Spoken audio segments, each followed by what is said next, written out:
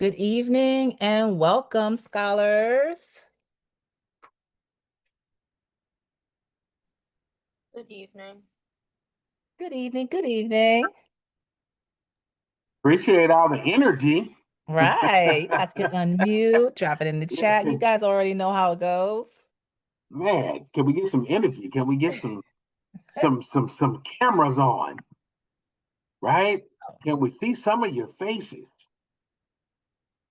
All right, Dr. Kennedy, I give it back to you. Go ahead. Awesome. Welcome, everyone. So glad you guys are here joining us for our hospitality and travel sessions for this portion of your virtual boot camp here with S.O.A.R. My name is Chastity Kennedy. I am one of the board members here at S.O.A.R. I'm also the director of curriculum and instructional design, and I will be your facilitator for this evening. Um, just like you guys already know, but I definitely just want to go over some of the student engagement expectations that we have for you guys.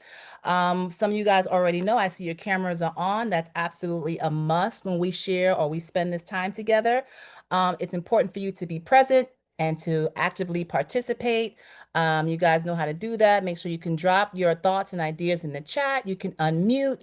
Okay, we have different ways that we interact. You guys will be on breakout rooms and things like that. We're just asking you guys to be fully participant and just to make the best of this experience that we all have together.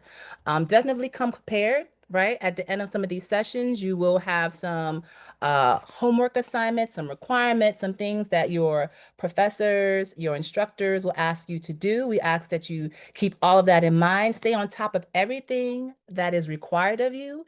Do not hesitate to ask questions if you have. I know you guys, I see you already in the chat. Someone needed the link. Definitely reach out to us if you need any assistance. We are here to help you. Number three, respecting your peers and your instructors, right? We all come from different backgrounds, have different opinions, and we just want to honor and respect what it is that you all have to say and make sure that everyone feels validated, that your opinions matter. We definitely feel that way here.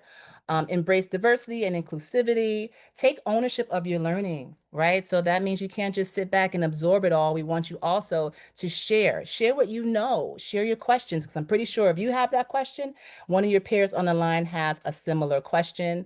It's important for us to collaborate. I know you guys are familiar with one another from the other series. Be flexible and adaptable, right? It's the internet. You know how that goes. And the same way that I know sometimes you guys require us to be flexible, we are asking of that same kind of consideration. Just be able to move and flow with it, right? If we have to switch something up real quick, don't let it bog you down. Just go ahead and flow with us.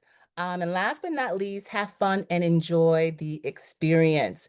It is virtual, so it's definitely going to be what you make it. So definitely be here, be present. Let me stop sharing so I can hand it over to Chef Dre, who is your instructor for tonight's session. He would definitely go into what you can expect to learn, to get into for tonight. Before I hand it over to Chef Dre, does anyone have any questions? No? All right, that's perfect. Welcome once again and enjoy tonight's session. Chef Dre, handing it over to you. Fantastic. Appreciate you. This is Dr. Kennedy. For those of y'all that don't know, this will be Professor Kennedy's, temporary hold. This will be one of the fall sessions she will attend because she is now working on her doctorate. So the next time you see her inside one of these meetings, whether it's with H&T or with B&E, she will come back as Dr. Kennedy. So I'm excited. I had to give her some love and show her that love. Excited for it. I'm going to miss you these next, 6 to 8 weeks, but I'm excited. I'm excited to be able to call you Dr. Kennedy. We've been professing it for quite some time now. So definitely excited. Definitely excited. All right. So we're going to get into this real quick. Excited for you guys to be here. This is going to be participation. I'm a high energy and high fun. So the more participation, the better the class will go. Right. So definitely excited to be here and wanted to let you guys know this is the hospitality and service portion of the B&H combined series with the business entrepreneurship and hospitality and travel, because that's what S.O.A.R is based on. It's the hospitality and travel. Each of you will get an opportunity to hopefully be a part of our future internship that we're going to have next summer. We don't know where we've gone, but you probably already heard we've been to Jamaica, Barbados, and Costa Rica, and we're actually looking at a new country. So be prepared, get everything you can out of this, participate as much as possible, and hopefully we get an opportunity to see you guys there. So, like Chester said, like Professor Kennedy said, Andre Blasingame, we are going over hospitality and service. This is the fall 2025 portion of the B&H series, and there's a pineapple in the corner, right? And so I enjoy pineapples. I actually had a smoothie with a pineapple and strawberry earlier today. The tradition of the pineapple is short, and it has been intentionally internationally recognized as a symbol of hospitality and a sign of friendliness, warmth, cheer, graciousness, and conviviality. So when you're traveling, you're probably going to see you'll see this in a lot of places as a symbol of hospitality in multiple different places. So now when you go to different hotels and different restaurants, when you travel international, when you see that pineapple, you realize, oh, I learned that in class. It's a sign of warmth, cheer, and graciousness. So just something to keep that in mind, okay? All right, so we're gonna move on. Let you guys know a little bit about me. I know you might have got to see me in the intro, but as your instructor, I got over 30 years of experience in the business industry. I'm a coach, I'm a chef, I'm a speaker, I'm an entrepreneur. I own a few companies. My my parent company is HC International, which is the consulting and coaching firm. And under that, we have Heavenly Catering, which is my catering arm for business and private catering. I'm also a certified mindset coach, and I just formed a partnership with a company called Kingdom Factor to do peer business coaching for faith-based people. I'm a former chef at Walt Disney World, Dr. Pepper, American Airlines, and now my own company for the last 15 years. Two-time world food champ, two-time Texas super chef. Yes, I am in Dallas, Texas, for all my people that are here. Three-time Texas Pro Star champion. And if you don't know what Pro Star is, there's a Pro Star in every single state.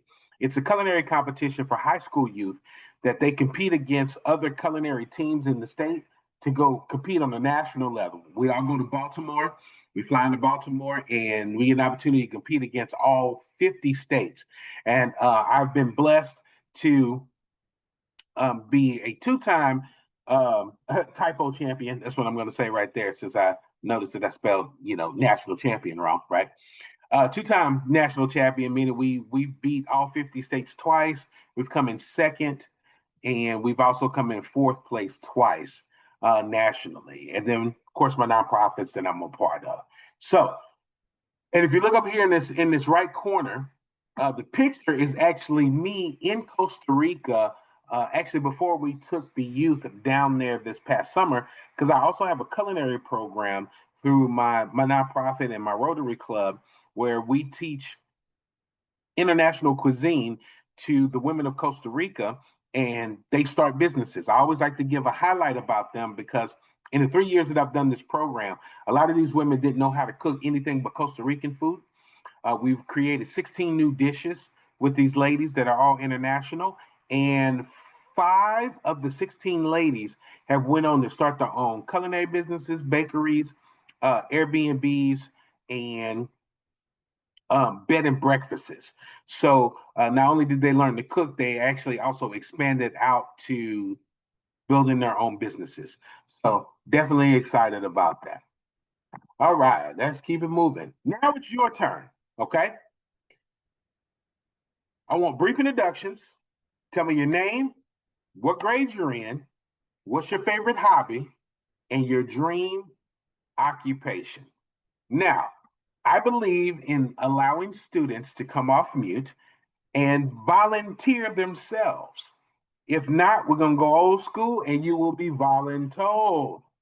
So I prefer volunteers. If you don't want to volunteer, you will be voluntold. All right. So who wants to go first? Okay, so I'll Can go I first. go first? Oh, never mind. Okay, wait a minute. Who is? I see somebody raise their hand. Michaela raised her hand. That's me. Okay. Hi. All right. Then I saw Julian come off as well.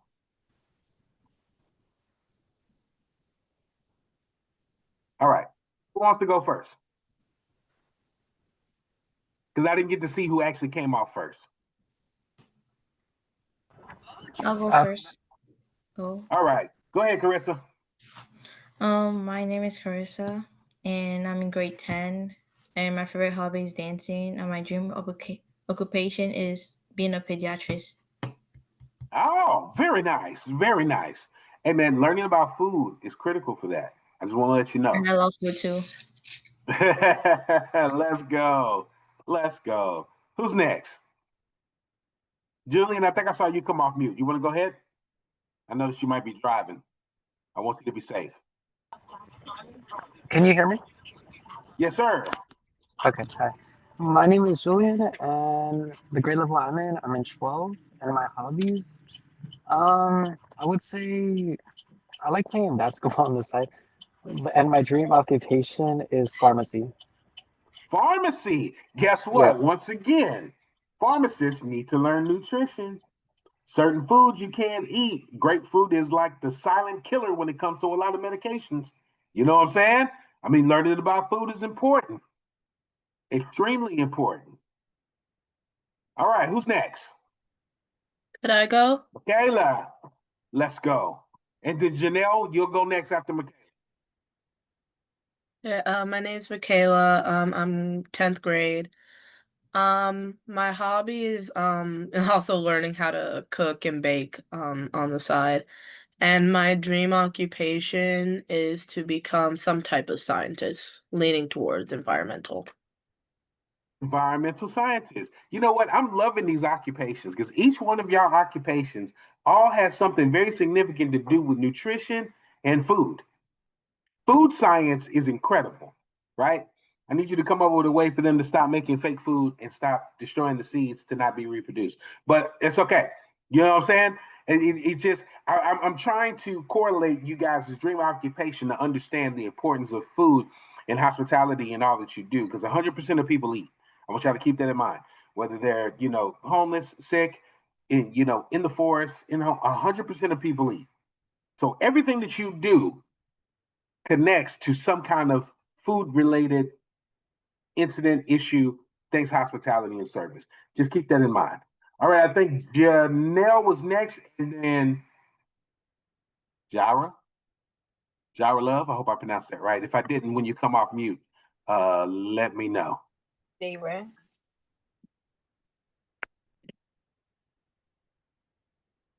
Oh, okay. My name is Janelle.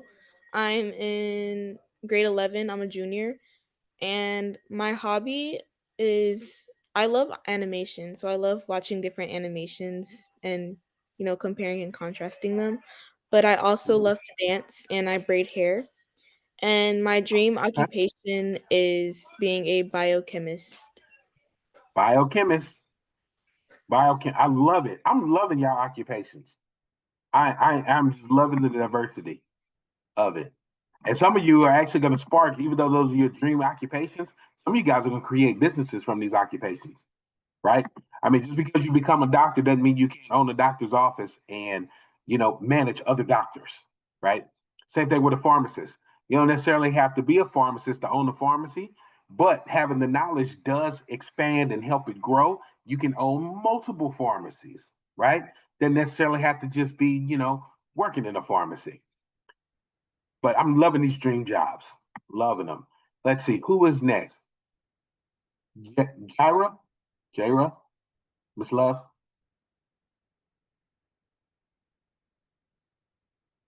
Let me know if I pronounced your name right. Can you hear me? Yes. Oh, never mind. Oh, I'm Jayra, and I'm a freshman. I'm in ninth grade. And my hobby is running track and field. Mhm. My dream occupation is real estate, and also aside with that, doing hair. Real estate and doing hair. Righteousness. Righteousness. All right, let's see. We got those three: Michaela, Julian, Jayla. You ready? Yeah. Hi, my name is Jayla. I'm 16. I'm a junior, and my hobby is tumbling. I like tumbling. I do like tumbling, which is like gymnastics. I do cheer. I do a plethora of things actually. But I want to go to my dream occupation is real estate too. Real estate. My own Very real nice. estate company. Excellent. Open you up a nice real estate firm. Have a fat portfolio. Let's go. Let's see. Who else am I missing? Ying Ying. Hi, my name is Ying Ying. I'm in my sophomore year and I like to read and travel. And my dream occupation, I would like to be anything in the healthcare field. Healthcare. Wow. Excellent. Excellent. Maybe you also look at the holistic side of the healthcare field too. I got a great friend of mine. She's a medical assistant, and she talks about that a lot. A doctor, instead of prescribing, always prescribing some kind of uh, man-made pill, they try to offer, a combination of both between the holistic side, things like apple cider vinegar in your water with, 8 ounces of water versus, taking that pill and working them coupled together. So that is awesome. I'm loving these careers. Excellent, excellent, excellent. Well, my dream occupation was to be the CEO of a Fortune 500 company. That's what it was when I was a teenager. So I made it to like Fortune 5,000 company, but I still can get there one day, right? Excellent. So, Chef David Robeson, which you'll meet in my culinary class in a few weeks. This is actually a slideshow. He's actually a teacher in high school for culinary. He's also my partner in the competition teams that we do with the youth in high school. So he loves to talk about, your why. So this is his why, and explaining this. Now, you may have already talked about this in your business and entrepreneurship class, but understanding and knowing your why is critically important when you're going into any field of study, any business that you go into, any relationship that you go into. You really have to know what that why is. And one of the things he shared with me was having a strong why gives you purpose. It reminds you why you show up with a smile, even on those tough days. Now, as it relates directly to hospitality and service in the travel industry, because in our industry, we are always dealing with people. Just about everything hospitality, service, and travel is like 90% people, 10% IT, machines, things, and everything else. Most of the time, we're dealing with people, and those are long hours with high expectations, right? And you get more criticism than you do praise.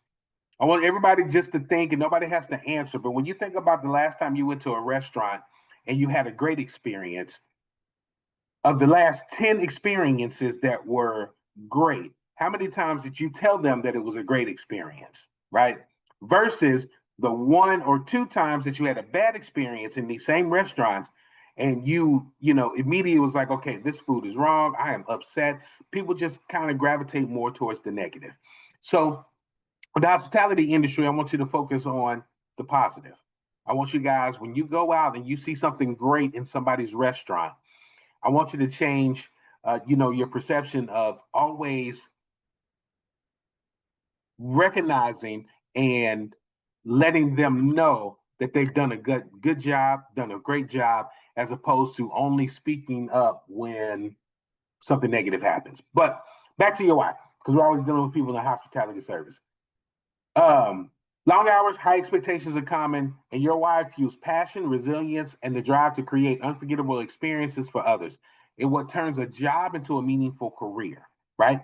So all of you have different excuse me, dream occupations. Has anybody ever written a why for their dream occupation? If you have, put a one in the chat. Let me see. All right. I'm seeing some chats. Good. Good. Excellent. Jayla, come off mute if you don't mind and share with me your why.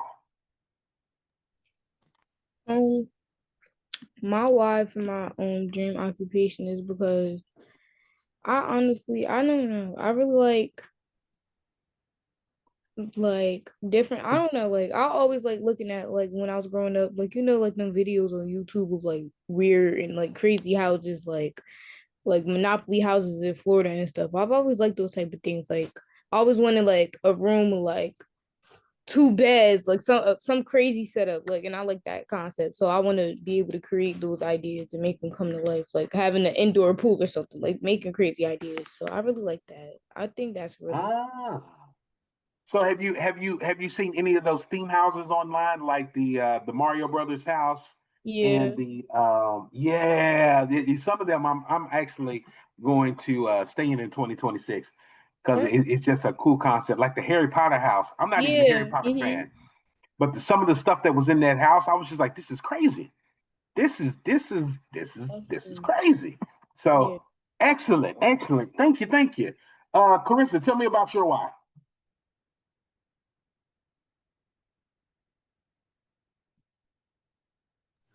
So my why is because when I was growing up, I lived in like a little village.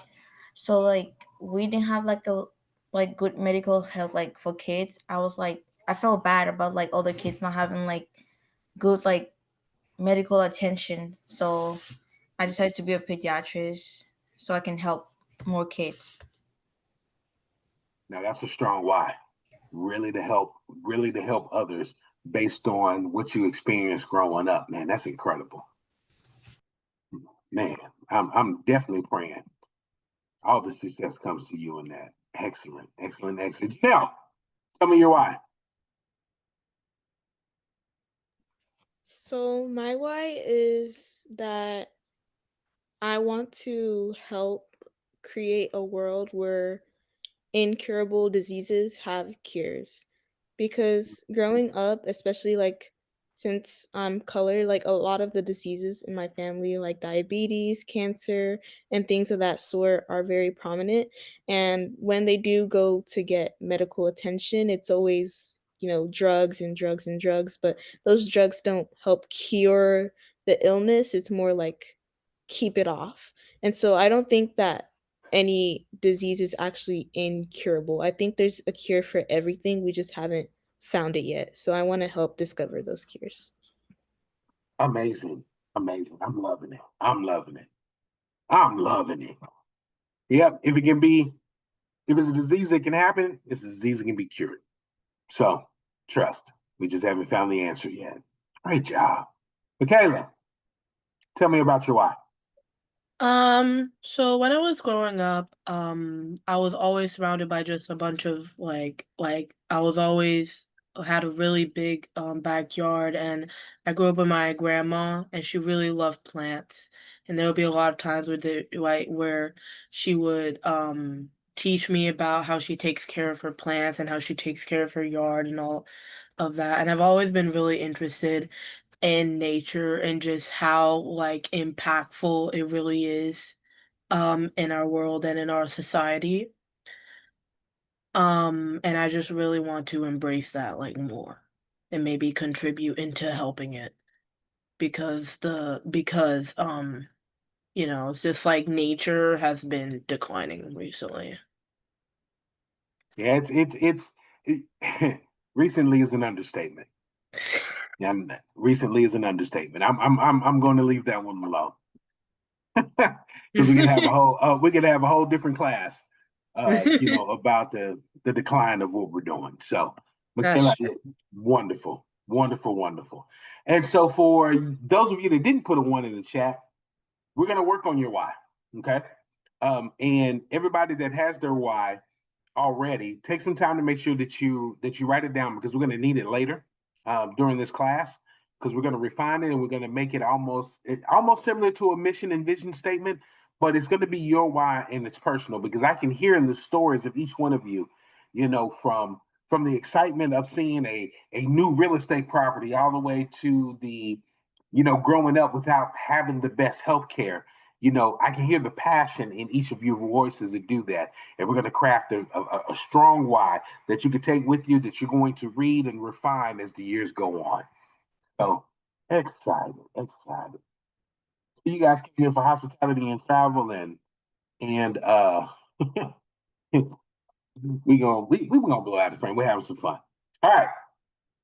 So today's objective: to gain knowledge and skills that will help you create a successful career in the hospitality industry. So I'm going to reframe your mind when it comes to hospitality, because it's not just food, lodging, service, travel. It's actually just about any career. Hospitality spans across more than just those service industry places. So, because I know many of you have different backgrounds and different occupational goals, hospitality is more than just a service industry. It's a mindset that you would need to have in everything that you do, because you want to be hospitable in all things, right? I live in the deep South, and in the South, they always talking about being a Southern gentleman. And some of the things that Southern gentlemen do that are hospitable is, we take our hats off when we enter rooms, right? If there's a woman there, we open the door for her, right? Um, there's if someone of esteem or of importance, like a pastor or a president or a governor, we always take that time to extend a handshake or give a head nod of acknowledgement. Those are some of the things that would be considered, hospitable. Or when you go into somebody's home and they offer you, hey, would you like something to drink? Are you thirsty? Right? When you think about what you're going to do with your occupations and your careers and going forward, what I want you to learn here is how to incorporate that hospitality piece and service into everything that you do, because hospitality and service is two different things. Short end of it. Hospitality is the kindness, right? Service is the work you actually do with excellence. Okay? So hospitality is showing that extra, not necessarily going the extra mile, but showing the extra care and courtesy when you're dealing with your fellow person, pet, machine, anything of that nature, when you take that care. And then service is actually providing excellence in your level of expertise. They're distinctly different, even though they're always put together. Okay. And it doesn't matter what field you go into. When you look at myself as a chef, or you look at a waiter when you go into a restaurant, or a general manager, they want to give you the same hospitality because they don't know your background. They don't know that you guys are, marine biologists and future doctors and real estate agents. What they see is somebody that I need to give hospitality to and then execute the excellent service that I have because I'm in that particular industry. And I want you to take that to all you guys' occupations as you go forward. And we're going to talk more about that here shortly. Oh, there are some distinct definitions. So, Janelle, if you wouldn't mind, come off mute. Will you read that first line for me for the hospitality refers? Yes. Hospitality refers to the services that people use when they are away from home, such as hotels and restaurants, as well as the feeling that guests take away from their experiences with an operation based on their care, attention, and physical environment. Does that make sense to everybody? Anybody have any questions about that? That really does sum it up in a nutshell. The services that people use when they're away from home. And they say such as hotels and restaurants, but what are some other services they use away from home? The pharmacy, right? Most of us don't have pharmacies in our house. We go away from home. We want to talk to the pharmacist when we give them our birth date. We want them to give us our medicine, right? We want that hospitable experience in all things. Same thing with real estate, right? People are away from home trying to buy another home or lease another home. They want the hospitality aspect of it every time that they leave their home. You should keep that in mind with your different occupations. Carissa, would you mind reading the second paragraph for me? Okay. Service is when you provide assistance and support to your customer or guest. It happens before, during and after they make a purchase or transaction with your company. Great service leads to all around guest satisfaction, which in turn leads to residual business and income. Repetitive consumer base. Does that make sense? The service and the support of the customers and guests is what I was just talking about. It goes in every single one of the careers that you guys talked about. You want repeat business. You want more customer base. You want more children to take care of, to be sick. You offer that excellent service. People are going to refer you. People are going to want to use your service over and over again, right? See, I want y'all to take the hospitality. I know we're talking about specific industry when you say hospitality and service, but it's in every industry. Food touches everything. Cool. Ying Ying, will you read that last paragraph for me, please?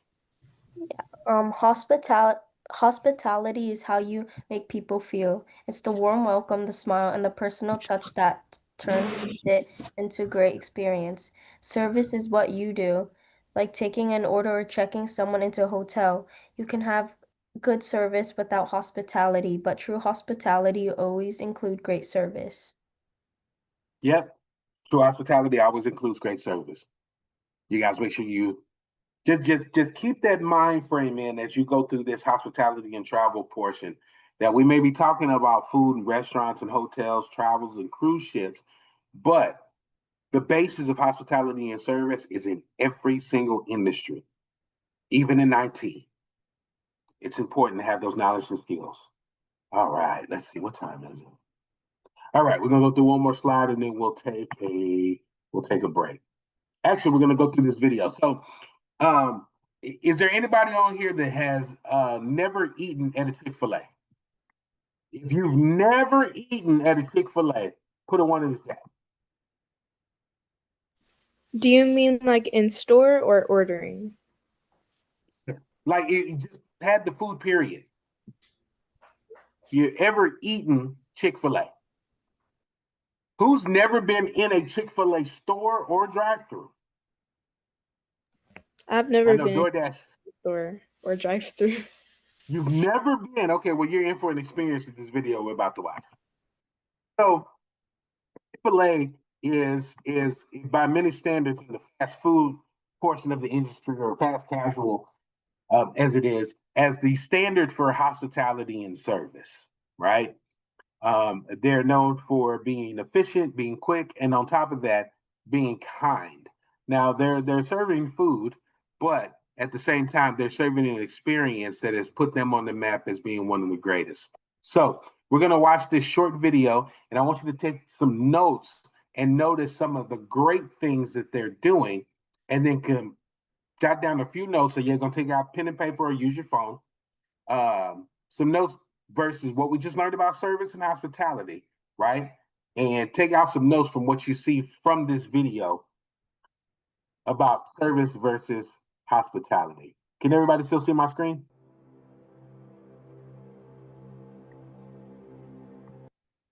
Does everybody see service and hospitality and Chick-fil-A video? Yeah. Okay, So you how can see would the you video. define hospitality? It can mean a lot of things to a lot of people. Hospitality at Chick-fil-A is about ensuring your guests feel cared for. When someone makes eye contact, offers a warm smile, a genuine greeting, and goes above and beyond to care for you, that's hospitality. For all of us at Chick-fil-A, hospitality is a part of who we are. It's woven into the history of our family business. Hospitality started with my granddad. He learned hospitality as a kid, serving guests in his home, and then later serving every single guest that walked through the front door of his restaurant. When Granddad said "my pleasure," he didn't just say it, he meant it. Uncle Dan took it one step further by looking at the biblical principle of going the second mile, based on Matthew 5:41, where it talks about when someone is forced to go 1 mile, go with them the second mile. We have an incredible opportunity each day to genuinely care for our guests. Go that second mile and make a difference. Our hospitality sets us apart. So what does this look like in a Chick-fil-A restaurant? Well, there's really two pieces that make up hospitality at Chick-fil-A. recipe for service, and second mile service. Let's first break down our recipe for service. Just like we have a tried and true recipe for our craveable Chick-fil-A chicken sandwich, we have a tried and true recipe for our service. The recipe has two parts, the core 4 plus the 3 required second mile service behaviors. The first part of the recipe, the core 4, consists of creating eye contact, sharing a smile, speaking enthusiastically, and staying connected to make it personal. Then I wanted y'all to look at these core 4 and think about hospitality, right? None of that has to do with food, even though Chick-fil-A is selling food, right? None of that says anything about having an incredible product. It talks about eye contact, smiling, being enthusiastic, staying connected, engaged. You're going to need that in everything that you do. there's the second part, the 3 required second mile service behaviors. Delivering meals for high needs guests, performing table touch-ins, and carrying large orders to cars. These 7 ingredients make up our recipe for service. They are required, and this is what guests tell us they love most about service at Chick-fil-A. Anything else for you, Mr. Brock? So that's our recipe for service. But the second piece of hospitality at Chick-fil-A is our second mile service. This is where we go above and beyond, putting your personal touch of hospitality in your restaurant. It's about being genuine, proactive, and personal with your guests. Being genuine. Actively listening to our guests, which includes body language. It's about leaning in, making eye contact, and giving them our full attention. Being proactive, anticipating our guests' needs. For example, holding the door for a guest. And finally, making it personal.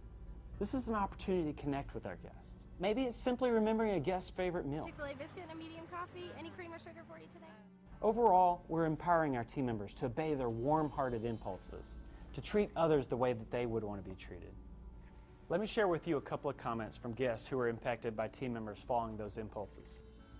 First guest says she was completely blown away by the incredible service she received at Chick-fil-A. The staff were so incredibly friendly. One of them even rushed to escort her with an umbrella to the car in the rain. Oh, Janelle, you have separate homework. You need to go visit a Chick-fil-A and actually go in the store, okay? I'll do that. No DoorDash. Go in the store, order your stuff, wait in line, whatever's needed, But that's in addition to the homework assignment. You need to go to a Chick-fil-A. All right. Another guest who is a single mother raved about how Chick-fil-A treats her. The staff always goes above and beyond to offer extra help. She explains this has brought tears to her eyes when she was having a rough day. You see, this is the beauty of hospitality at Chick-fil-A. It combines the recipe for service with your unique second mile service ideas and passion.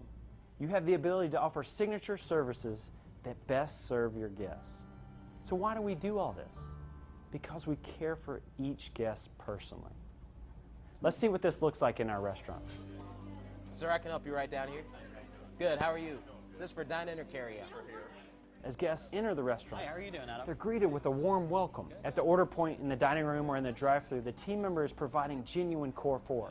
Hi, welcome to Chick-fil-A, sir. How may I serve you today? The cashier provides clear direction to the guests after completing their order. For a large carry-out order, the team member says, "I'll be assisting you to your car."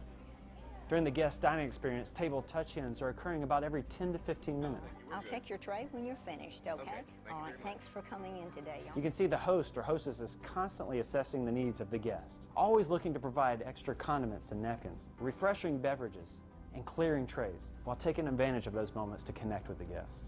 All of these components make up our recipe for service. Some second mile service touches we saw were offering fresh ground pepper, remembering a guest's name, Mr. Bill, I can help you right here. genuinely listening to our guests, providing a high chair, and offering a fond farewell in the drive-thru. Your biscuit. You have a wonderful day. The concept and heart behind hospitality is simple, but executing it consistently can be very difficult. You have to have service process in place to be consistent.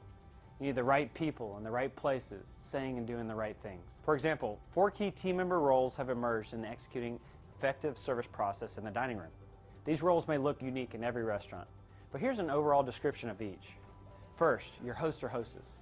They're uniquely set up to focus on the required second mile service behaviors and go above and beyond for your guests, all while exhibiting the core 4. Second, your cashiers. Good. They are the champions of the core 4. Good, how are you? They are key to the service process by always giving clear direction. They can truly make a guest experience by providing microbursts of hospitality. Third, your expediter. They are all about order accuracy, making sure that the meals are properly assembled with appropriate utensils and condiments. Fourth, and finally for our dining room, your servers. They make sure meals are delivered to the right guests while ensuring they have everything they need before starting the meal. Don't forget it's powerful when we use a guest's name. Well, here's your fresh salad, Lauren. Thank you. All right, well, let me get some napkins for you, all right, dear? The guest's name is taken by the cashier and used by the server when delivering the meal. When you have clearly defined processes and roles in place, you can be sure that the recipe for service and second mile service are happening all day, every day. And remember, hospitality is about ensuring guests feel cared for. One of the things that excites me the most is your extraordinary opportunity to show honor, dignity, and respect to our guests, and to have a positive influence on all who come in contact with Chick-fil-A.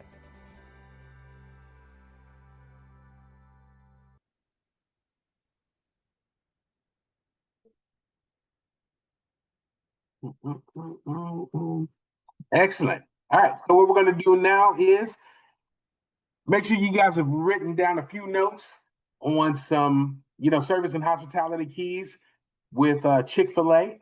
And when we come back, we'll take a break. We'll go for 10 minutes. We'll come back at 7:27. Okay? And we'll share a few of those notes, and then we'll get back into the rest of the class. And Julian, could you bring me a Powerade? I see that you're at Walmart. So, I like Powerade Red. Okay? I need a Powerade Red, my friend. All right, you guys. We'll take a 10-minute break. Like I said, now it's 7:18. So we'll come back at 7:28. All right?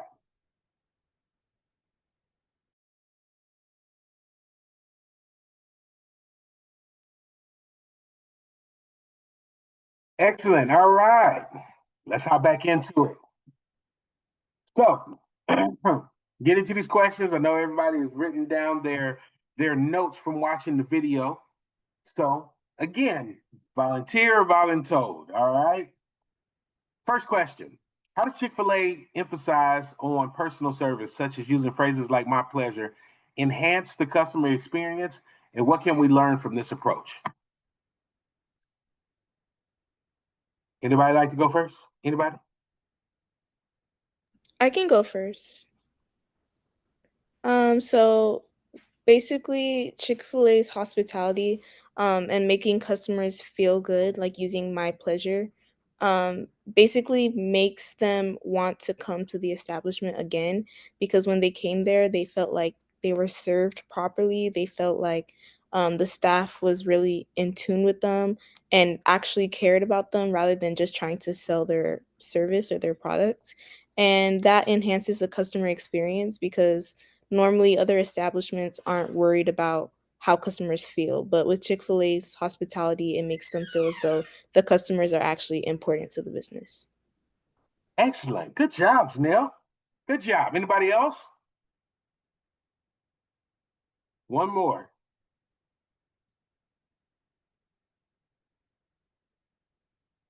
Carissa, how about you?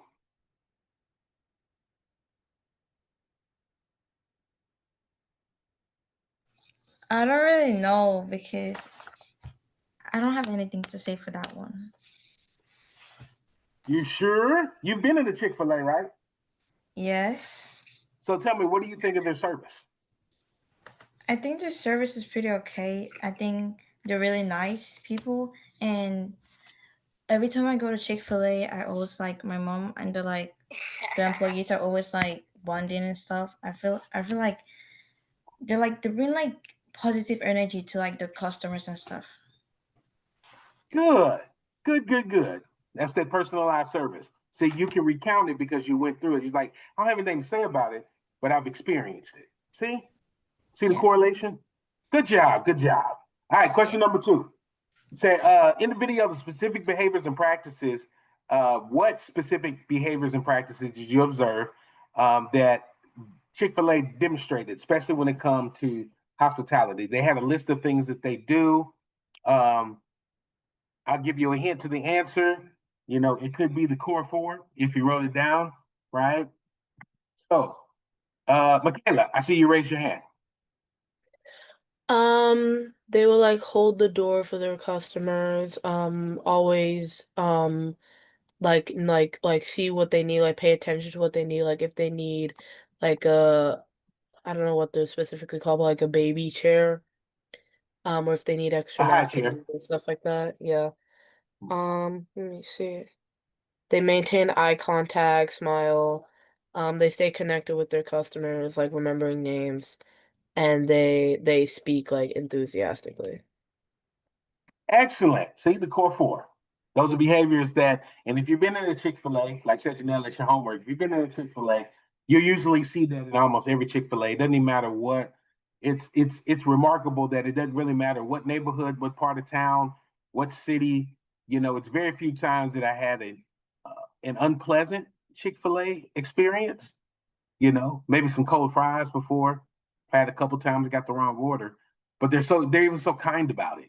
They don't even ask for the receipt. They're just like, okay, here, we'll give it to you. They just make sure they go above and beyond. Excellent. Thank you, thank you, thank you. All right, we're going to continue. So these are some of the stats with the hospitality industry, regionally and globally. And then this is, of course, after the pandemic. Now, the hospitality industry is one of the biggest. I know here in Texas, it is the biggest employer in the entire state. No other industry has more people working in it. Not even in healthcare and hospitality. I mean, in healthcare and pharmaceuticals, has more employees than the hospitality industry when you think about it per capita and all the restaurants and everything that is out there. And so the current numbers they has of 2024 employs 12.2 million individuals. And in the next 8 years now, there'll be almost another million jobs that's going to happen, which makes it the third largest employer in the nation, right? I mean, that's a lot of people in the hospitality. Now, the impact on the dollar wise, which I always like to give out these numbers so you can understand the gravity and the importance, especially when you do hospitality and service correctly. I mean, $1.7 trillion in business sales in hotels alone, right? And I know I stayed in quite a few hotels in 2024. Just imagine it's a $1.7 trillion business. I mean, the United States, operates like a giant business. And we got to have some people that still want to do service and hospitality and enjoy it, right? And globally, the global workforce in 2024, the hospitality and tourism sector supported approximately 357 million jobs worldwide, accounting for about 10% of global employment. And then some other economic contributions, the GDP, you'll learn about this as you get older. The GDP is in every country, gross net product. The sector contributed $11.1 trillion to the global GDP, representing 10% of the world's economy. So I want you to understand the gravity of the hospitality and service industry when you think about these numbers. It contributes to 10% of the world's economy. We're talking about all the continents, all the people, everywhere you travel, eat, plane, rental car, et cetera, et cetera. The hospitality industry contributes 10% of it financially. That's 1/10. That's a lot. That's a lot. So, and the future growth is only going to be even more marvelous in it. So, anybody that's really considering going into hospitality, in addition to your dream jobs, man, you're looking at an industry that is extremely profitable and is probably not going anywhere no time soon. So, excellent. How to get some of the stats, right? So why you should choose the hospitality and service industry? Here's some of the facts, and I like to share these with students because most students don't really. There's very few students that really just want to go into hospitality and service, which is one of the reasons why S.O.A.R was even created. Because myself, quite a few other students that graduated from the program, we went to an inner city high school back in Louisville, Kentucky, that was an underperforming school. And we were part of a program that was traveling tourism and customer service.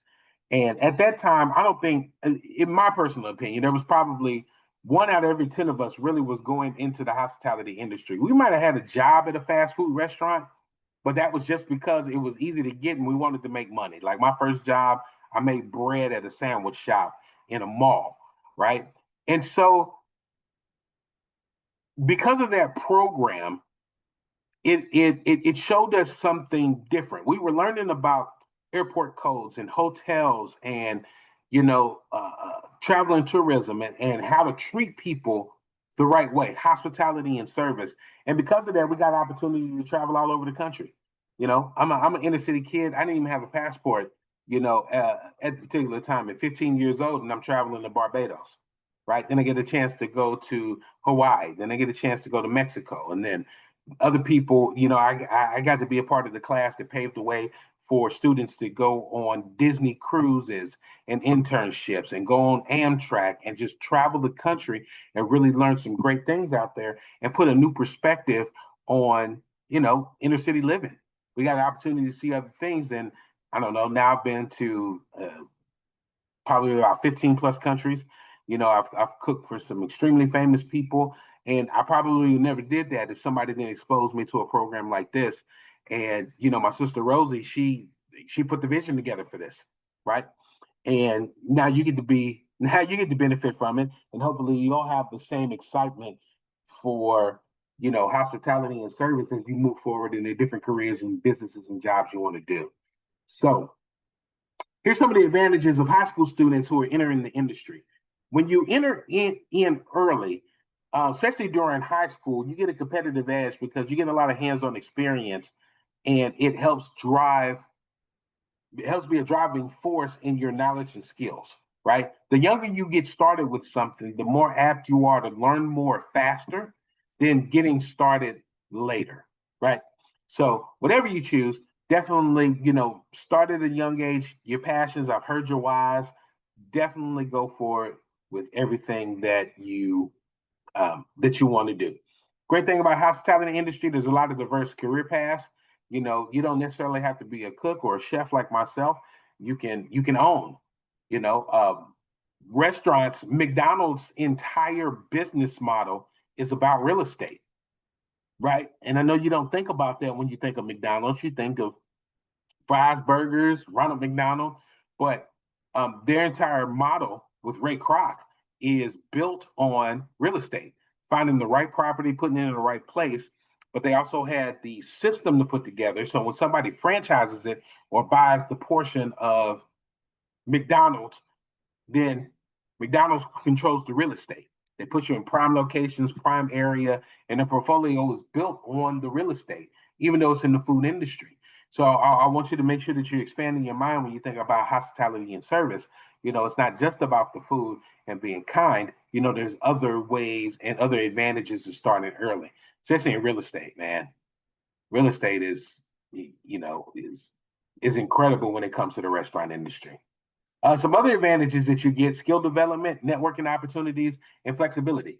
The great thing about I know with the hospitality industry is I've been a general manager, I've been a district manager, I've been a senior district manager, I've been a senior VP, a CEO, I've been a chef, and now I own my own company. And that was just all in the same lines of hospitality because of the previous experience that are great. Going to an event planning and hotel management, travel coordination, customer service, my favorite, catering. So you have an opportunity learning, especially through this cohort, to really expand on everything and every dream job that you have and be tied to hospitality.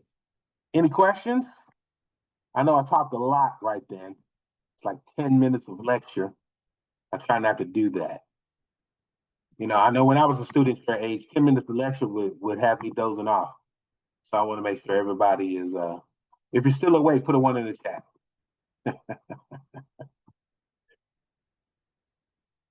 Outstanding. Let's see. Let me. I'm gonna check the chat to see who's in here.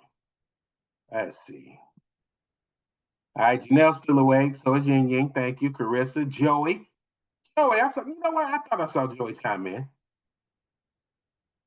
Michaela. I'm gonna give Julian a pass because I know he's a traveling man right now. He's exemplifying hospitality and travel right now. I'm just messing with you, Julian. Excellent, excellent, excellent. All right. So, your why. God you love, and you will never have to work a day in your life. Confucius said that. And earlier, I spoke of the why before we leave. I would love for you all to share your why. We did that earlier. We took 3 minutes. So I noticed there was a few people that didn't put a one in the chat. Like Ying Ying, I didn't see you put a one in the chat. Who else? No, it wasn't Janelle. It wasn't Janelle. Ying Ying, I didn't see you put a one in the chat for it. And Julian, I don't think I saw you put a one in the chat. So do you guys know your why? For me, I still don't know why. Like, I just Okay. chose like something that I was interested in, Mm-hmm. and Okay. yeah, I still don't really know. That's all right. That's all right. We're gonna help develop that. Let me go back one. That is not where I want to go. So the majority of you have your why. So in understanding the gravity and importance of that why, it's just like your faith, whatever it is that you believe in, right? There's got to be a reason behind it, a driving force for you to believe in that particular thing. It's like when you think about your parents, you believe in your parents or whoever your guardians are, there's a why in it. They birthed you and they took care of you while you were a kid growing up, or somebody took care of you while you were a kid growing up. And the why that you have that now for them is that they're your parents. They took care of me. I want to be better, right? I want to be as responsible as possible, right?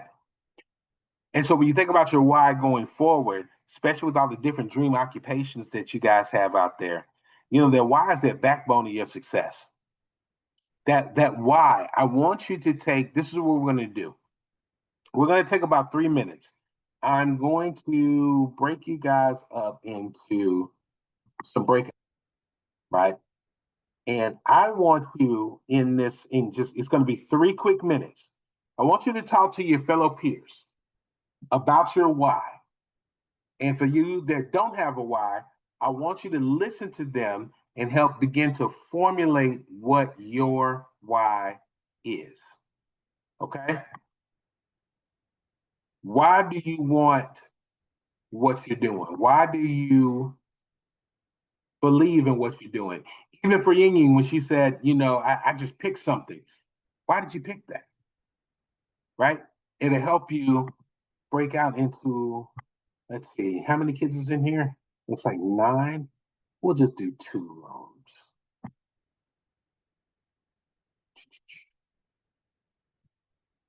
All right.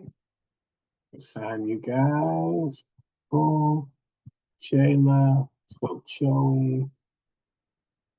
Carissa. Julia. Julia. Okay. And Yin Yang. All right. So,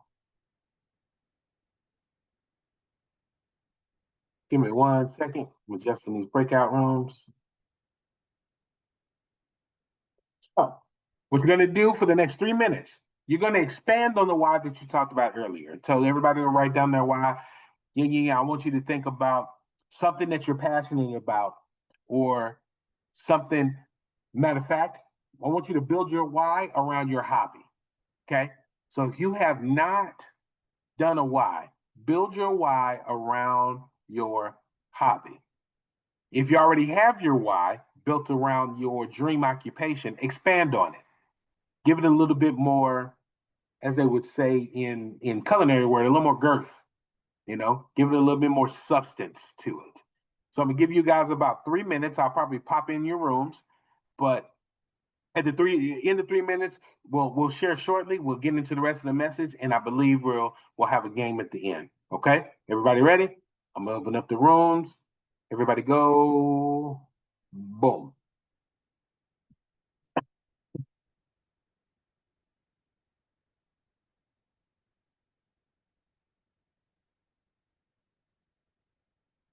Righteous. Oh, let me pause. Excellent. Welcome back. Welcome back. So, where is Ying Ying? I'm gonna talk to you specifically because I know you didn't really have a why.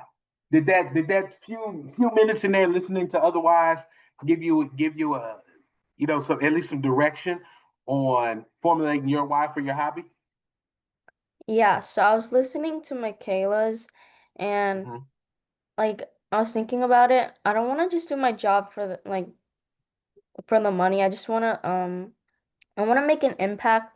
Like I want to satisfy myself and have a meaningful job, not just like working. I just want to make an impact. Beautiful. That's a wonderful start. I always want to make a change, not just get a paycheck, right? I always tell people, don't choose profits over progress. It's important. Excellent. Excellent. Excellent. Thank you. Hey, Julian, how about you? Actually, Guys, can you... oh, you know what, Julian? I'll come back to you. No, I'll go. I'll go. I'm sorry. I'm sorry. You know what? I'm just giving you a hard time because I'm just watching the video of Julian's life through the whole day. From the car ride to Walmart. Now you're in the park. It's actually been Yeah. rather entertaining. But go ahead. I love the Sorry, engagement. I'm literally gonna watch Mean Girls at the park, Groves Park in Dallas. I don't know if you know where that is. Wait a minute, you're But here in Dallas, Julian? yeah, I had no idea. Oh yeah, you about to do all this work for me. And yes, I know the park you're in. But go ahead. okay. Well, the reason why pharmacy is my dream occupation is because I want to make more of a meaningful impact, not just on people, but more on animals and the environment. Because due to people trying to find new ways for medicine, it has an effect on the environment, like on crops or on fields that are tested on, or on animals that are affected by tests for medicine. This is all true. This is all extremely true. All right. Excellent. Thank you, guys. Where did hold on? Was on this? There we go.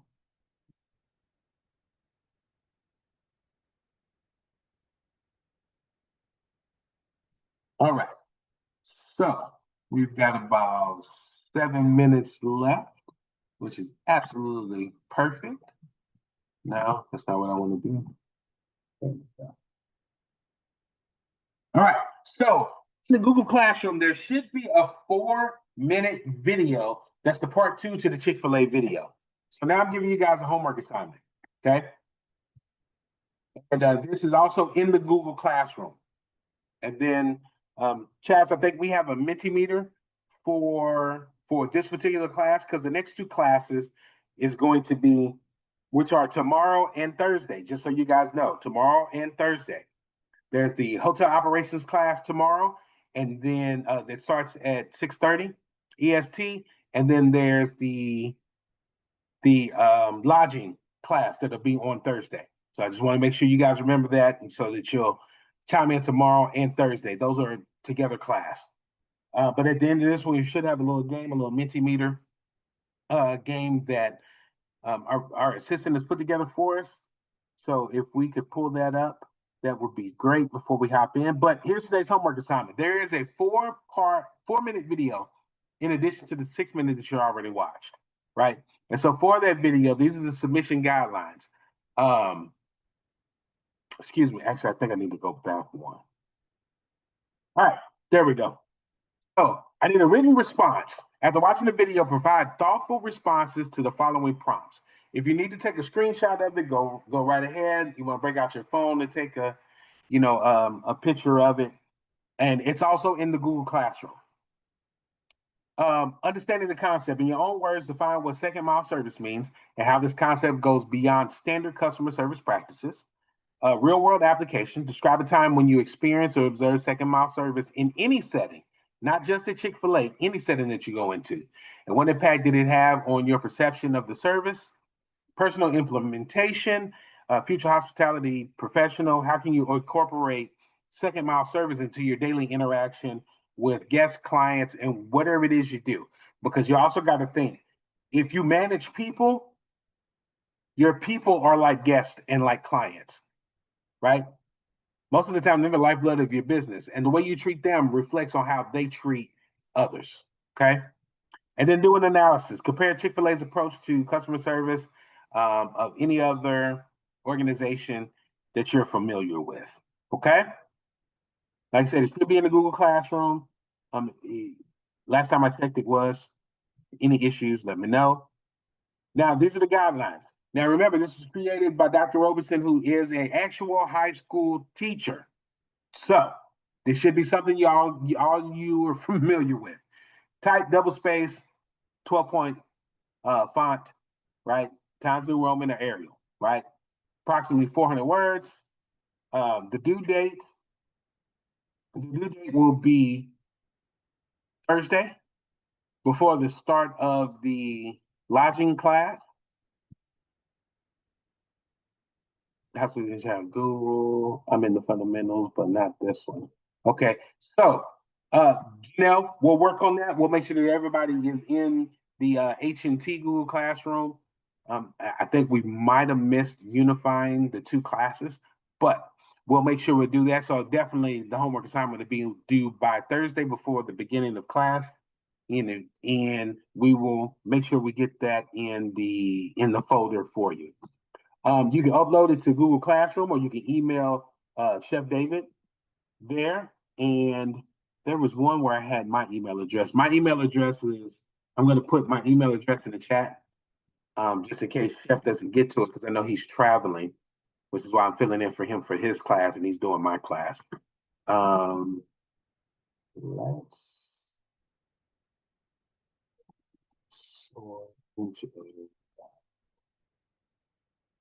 right. So that's my email address. So when you upload it into Google Classroom, or you can email David Robeson at misdmail.org, or myself, Andre, at lesssoarnj.org. Okay? Hold on, let me go. There it is. I thought I had it on there. And you understand the assignment criteria. If you have any questions, you can always ask in the chat. You can check us out via email as well. And there's a motto that we have here with our culinary team, and we always like to pass it on to everybody else. It says, one team, one dream. And it basically means every team member working together to help all team members reach team and personal goals, right? And we teach that, we say it, it's our moniker. We wear it as a badge of honor. One team, one dream, okay? And stay humble, stay hungry. That means stay humble in your success, stay hungry for more success. And so these are some of the things that we teach our youth when we're doing culinary competitions. And we also teach, on a daily basis. You stay humble in your success, you stay hungry for more success, okay? And then every team member working together to help all team members reach team and personal goals. We'll always work together. So with that being said, is there any questions? Any comments? There's an evaluation at the end. And, the Mentimeter is a game. So everybody is familiar with Mentimeter, right? And then y'all played it in the other classes already. So I'm going to click on this Mentimeter. I tried it earlier today. And so. Are you seeing the responses, Chef Dre? I am not seeing the responses. That's the only thing that I'm not. Are you seeing them? As long as you see them, we're good. Just for question 1. Okay. Yeah. It says I'm waiting on the presenter to change the slide. Aha. Are you guys going to share on the big screen so they can see it?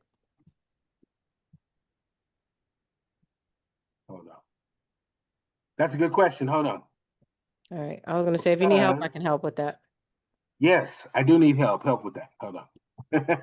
Okay. I Oh, you think I got think I think I know what's going on. I'm not logged in. right. You log in and then you open up. You have to present. Once they have the code, everybody will log in, put in their name, and then you'll present, and then you'll go through the questions. Okay, so let me see. Let me see if I share my screen. Like this? Yes, and then just go to present mode so they can't see each one. Oh, that's the only thing. Let's do it. Hopefully it works. My present mode acts funny. How is it? Can't see. But Yeah. I don't know why my laptop is doing that. okay, give me a second. I'll try to log in real quick. Oh, actually, it looks like it just. Did you share At it? least one person answered. Yeah. Well, that's because you can see I the mean, answers. we You can can see the answer the answer. questions. We just need to skip the slide. I can Yeah. see the question too. You can see the questions and the answers. So that's what I'm saying. In present mode, they can't No, see it. like when I'm on the website, I can already see the question. I just need like when I answer it, we're waiting for the slide to change. Oh, okay. Then Chastity, you could do it that way. Just switch slides. Okay. Only thing is I'm in full presentation mode, but that's not how you guys are seeing it, right? No. No. So Okay. you have to exit out of your full presentation. Okay. It can't be me then because my I don't Yeah, know. because see, they're answering. You see your slide changing? The youth are answering. Yeah, I just can't present in full screen mode for some reason. I gotta It's figure that okay. out. We'll roll with it If like you this. if you unshare it and then you still click through the slides, we'll be able to answer the questions without seeing the answers. Okay, so you guys I'll stop sharing and click to the next one. Shout out to Joey. Appreciate you. Sorry, I'm gonna get this Mentimeter down. Don't worry. I'm We're gonna not get this familiar. down. I'm on question 4. That's the slide I have up on my end. Everybody else see question 4? No? You usually Yeah. see their answers propagate through when you do it. What they're seeing is more like the survey aspect. They're not seeing how we used to see the little different animals and what they are. They're just seeing like regular survey questions. Yeah, I'm not seeing any movement like the other questions. So youth, what we're going to do is we're going to table this for tomorrow. Okay. So at the end of class tomorrow, we'll do the Mentimeter for this class tomorrow as we work out the technical things. I thought I had it figured out until I realized I hadn't logged in and it wasn't coming up on the screen. So if you guys would be so kind to go to the evaluation, click the evaluation for this particular class, fill that out, and we'll play the Mentimeter game tomorrow. So retain all your information, keep all your notes, and you already have a homework assignment. So most of the questions for the Mentimeter will be the homework assignment. So I'm going to suggest you do the homework assignment tonight. So you'll have the answers for Mentimeter tomorrow. Fair enough. Everybody cool with that? If you're cool with that, give me a thumbs up. Excellent. Love it. Love it. Love it. Love it. Love it. Love it. All right. Once you guys finish the evaluation, you are done for today. I appreciate you guys. We will see you tomorrow, same time, Wednesday. I know today's a kind of a long week, but we're going to do Wednesday and Thursday. Those 2 classes are one class that we broke up into 2 parts because of the amount of information that's in it. So other than that, once you fill out the evaluation and Dr. Kennedy can confirm that she's got your evaluation, man, you guys are free to go for this evening. I greatly appreciate you. Thank you for being patient. And I love the fact how a lot of you were volunteered and very few had to be voluntold. It makes for a great class. I appreciate it. Good night, everybody. Good night. Chas and Dre, if you want to stay